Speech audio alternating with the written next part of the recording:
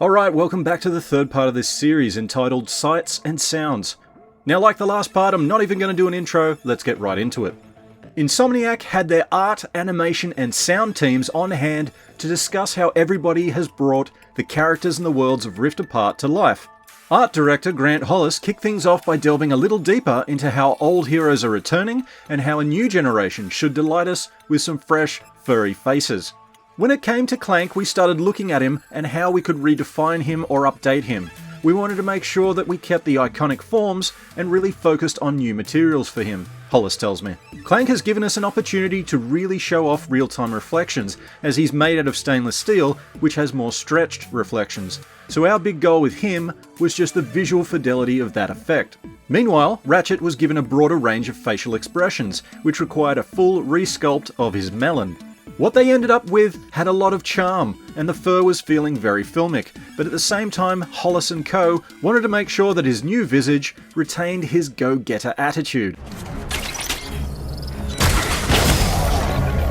Obviously, newcomer Rivet gave the art folks an opportunity to explore different fur colours, but what she also has that's interesting, some non-Ratchet highlights if you will, is a large bushy foxtail and a robotic arm with special abilities. Just like Ratchet, Rivet is designed to be charming and heroic, but also has a harder edge because of her harsher past. When it comes to impressive backdrops, Insomniac kicks things off with an opening level set in Megalopolis, a utopia in the clouds, run entirely on clean energy, happy thoughts, and possibly pleasant-smelling unicorn flatulence. It's now common knowledge that this gives way to a what-if cyberpunk dystopia, where Emperor Nefarious was successful and able to reshape the planet into his own image. We usually don't associate cyberpunk dystopia with Ratchet and Clank, mentions Hollis.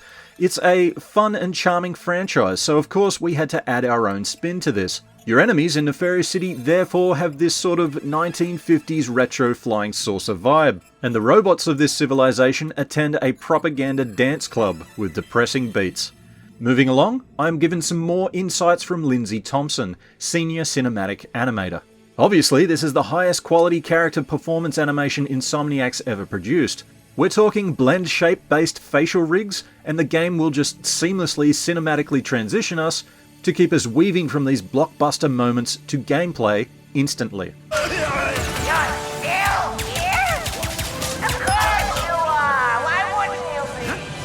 I'm also told that we're going to be let loose in a rich, living world that's always alive with vignettes and smart civilian interactions that will also provide surprising gameplay moments in every dimension we visit.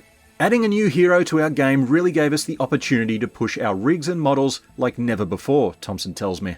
We did early facial expression tests with Rivet to make sure that we could push her to the level of our gorgeous original concept art. I think we were able to achieve some really appealing results.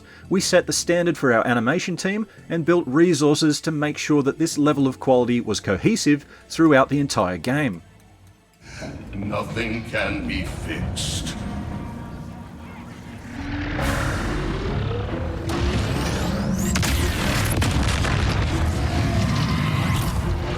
Oh my.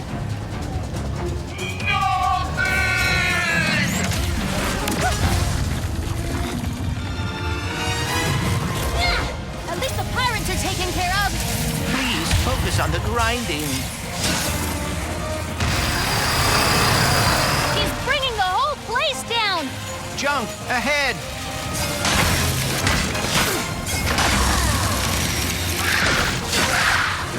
Fixing is a vain and fleeting measure. Destruction is our natural state. What is he, the breaker now? I see a fellow broken one. You must accept your brokenness. Ah! Is he talking about me? Because of your arm? Don't listen to him, Bolts. If you're broken, so am I. And I think we're pretty awesome. Do you have any ideas? Because I'm having a hard time thinking while running away from a giant homicidal robot! I am working on it. When it comes time to talk about ear candy, I get to hear from Daniel Basinski, audio lead for Rift Apart. And as far as I'm concerned, the sound design is already impressive on paper. Because what we have here is a soundtrack score that's been whipped into shape by none other than Mark Mothersbaugh of Devo fame. In addition to that, I'm told that we have the usual hilarious and heartfelt writing delivered by an amazing cast, which unfortunately no longer includes Jim Ward. The Quark you know is no more. Interestingly, Basinski reminds me that he's a long-timer dev from the PS2 days. I still remember how excited I was when I first learned about PlayStation 5 and its audio features, he tells me. First game I ever worked on was on PS2, and with each generation I've watched the PlayStation platform become much more powerful for audio. That said, PlayStation 5 is by far the largest and the most significant leap in audio features and capabilities. Combining this with the style of Ratchet and Clank made me quickly realise that we have something very, very special on our hands. From the beginning, the goal of Basinski and his team has been to make the game sound like a movie. They came up with a set of guidelines of what the sound of Rift Apart should be. First off, Rift Apart needed to sound detailed, and these differences had to combine to make a big impact. For example, when an enemy is hit by the pixelizer weapon and visually gets turned into a NES sprite, the audio team created a complementary sound effect that sort of sounds like that enemy's actions are now demade through this sort of 8-bit processing sound. We also wanted our sound to reflect the size and weight of objects too, Basinski mentions. From the tiny flowers spawned in the Topiri weapon to the giant building-sized fixer bot. It was a no-brainer that everything needed to sound whimsical, but another guiding principle was to make things sound exaggerated. I'm showing a pretty good example of this philosophy in action with laser beams. These have multiple sound sources attached to the beginning, middle, and the end of the beam, making them sound more threatening when used by enemies, but also quite satisfying when the player deploys them as well. And when it comes to rich soundscapes, you can expect to stroll through the nefarious city bazaar and be assailed by a variety of sounds. You'll feel surrounded by distant ships, PA announcements, robot NPCs and vendors trying to sell you stuff. And when you add in some noir-inspired rain, you'll get yourself something of a Blade Runner moment, but mixed with Insomniac's unique Ratchet and Clank style, sound effects, music, and dialogue. The PS5's addition of 3D audio and other technical improvements allowed us to do things previously impossible, Basinski says. 3D audio is more than just enhanced surround, it truly creates a much more immersive experience. You'll get a better feel of space because it can convey the sense of height during our opening Megalopolis parade. You can hear ships flying above and below you, and fireworks popping off way in the distance when Dr. Nefarious talks to you from his giant ship. Aside from his professed love of bullet whispers that will zip past your virtual head, Basinski says that he's also a big fan of using this tech to lead the player to specific locations in the game. Quick example, if you become turned around in the awesomely sized Nefarious City and you need to find a specific club, then you better look to your considerably sized Lombax ears. They're going to snatch up the very directional, very distant phantom thumps of dance beats. And hey, obviously the audio team uses these same principles to better inform you of incoming dangers during combat, basically just helping you to know where your friends and foes are with a greater degree of accuracy.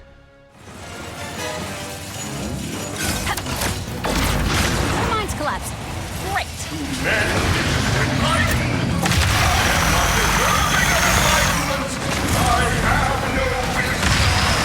Wisdom. I may have an idea. I'm all ears.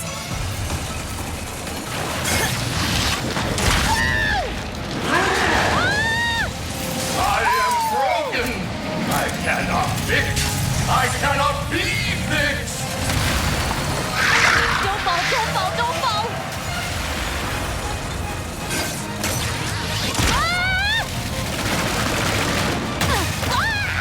Oh dear. Everything stop falling apart, please!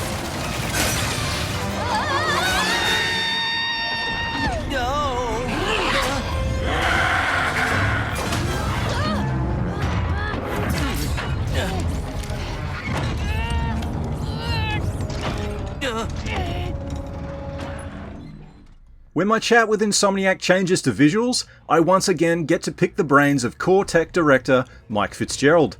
The first thing that he shows me that blows my mind is the follicles. We spent some time focusing on our Lombax fur system, Fitzgerald says.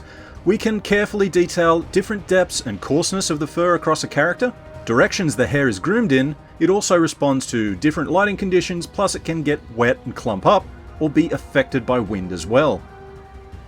Oh, and if you're wondering what the inspirations were here, the word is that Insomniac thought Disney Pixar's Zootopia was something of an aspirational example of the fluffy stuff. Clank got a spit shine too. A ton of effort went into making his construction and materials behave as accurately as possible. He looks quite different from the first reveal, in which he had a very mirror-like finish. Since then, the team has put a bunch of time into making his metals behave correctly, in an isotropic way with ray trace reflections. And if you've got a sharp eye, there are little details everywhere you look. Mud will deform under your character's feet, and Insomniac's added a layer of water dynamics that you'll no doubt be compelled to screw around with for a second or two. Possibly until the alien sharks, who also make their own cool ripples, catch up and bite you a new butthole. Fitzgerald also mentions, and I love these sorts of tiny details, that Ratchet's expended bullet casings and shells will kind of bounce downstairs, and they even add their own ripples to nearby water if they do in fact plop in there. Fitzgerald's team also stepped up their game with their ray-traced reflections. You'll see almost everything in this world reflected in them, not just a stripped-down representation. And it's obvious to me that a ton of extra work has been put into the material quality throughout the game. Fitzgerald mentions that subsurface scattering in particular saw some extra love after Miles Morales, mainly to look nice with exaggerated alien skins. Every time we're working on a new Ratchet game, we're just trying to get it closer to a more film-like feeling, says Fitzgerald.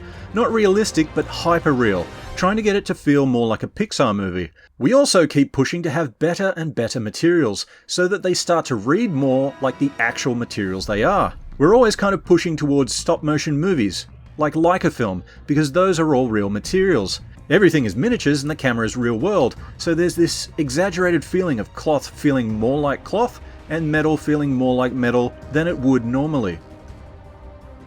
Honestly, it's a fascinating insight to Rift Apart, and what's obvious to me, and most likely your own eyes, is that this game looks phenomenally good. Fitzgerald says that he and his team sometimes feel like they're approaching the quality of an animated film, and I have no arguments to that statement at all.